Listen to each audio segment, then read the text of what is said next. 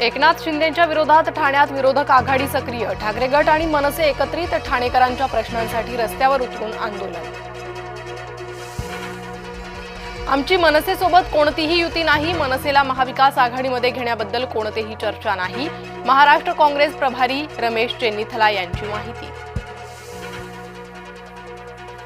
संजय राऊतांच्या वक्तव्यामुळे महाविकास आघाडीत कुरबुरी, राज ठाकरेंना काँग्रेससोबत हवी आहे, राऊतांच्या गौप्यस्फोटामुळे काँग्रेस अस्वस्थ, पवार गट खुश। आमच्याबाबत इतर कुणी बोलू नये, संजय राऊत यांना मनसेनं फटकारलं। आगामी निवडणुकीसाठी कार्यकर्ते सज्ज, जिथे शक्य आहे तेथे युती झाली पाहिजे, मुख्यमंत्री देवेंद्र फडणवीस यांचं वक्तव्य। संघावर बंदी घालणारे पक्ष पायउतार झाले, संघ ही सांघिक शक्ती आहे, मुख्यमंत्री देवेंद्र फडणवीस यांचं वक्तव्य।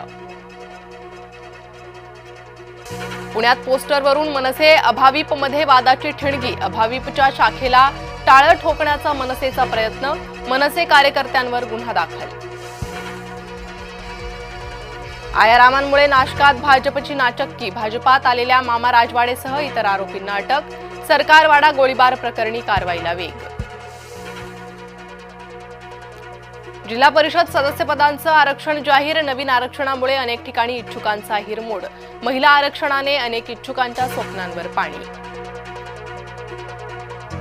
नागपूरच्या वानाडोंगरी नगर परिषद क्षेत्रातील मतदार यादीत घोळ, एकाच घरात तब्बल 200 पेक्षा जास्त मतदार, जिल्हा प्रशासनानं दखल घेऊन चौकशी करण्याची मागणी।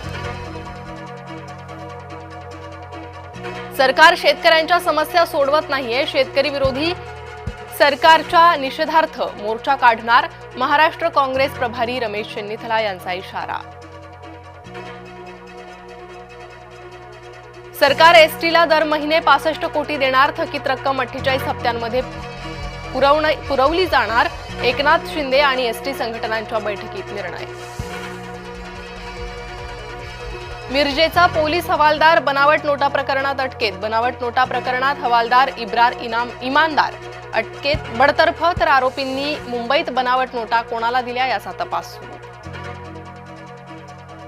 संग्राम जगताप यांच्या विरोधात मुसलमानांची तक्रार, जिहादी 100% मुसलमानच असतात, संग्राम जगतापांनी केलं होतं वक्तव्य, जगताप यांच्या अडचणी वाढल्या।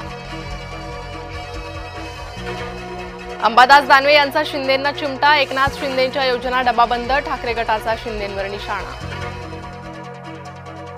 शिंदेंच्या लोकप्रिय योजना बंद होणार नाहीत, योग्य वेळी कर्जमाफी करू, शरद पवारांच्या भेटीनंतर बोलले मंत्री उदय सामंत। कोल्हापूरकरांचा प्रशासनाविरोधात रोष, रस्त्यांवरील खड्ड्याचा केला वाढदिवस साजरा, कोल्हापूरचं नाव झालं खड्डेपूर।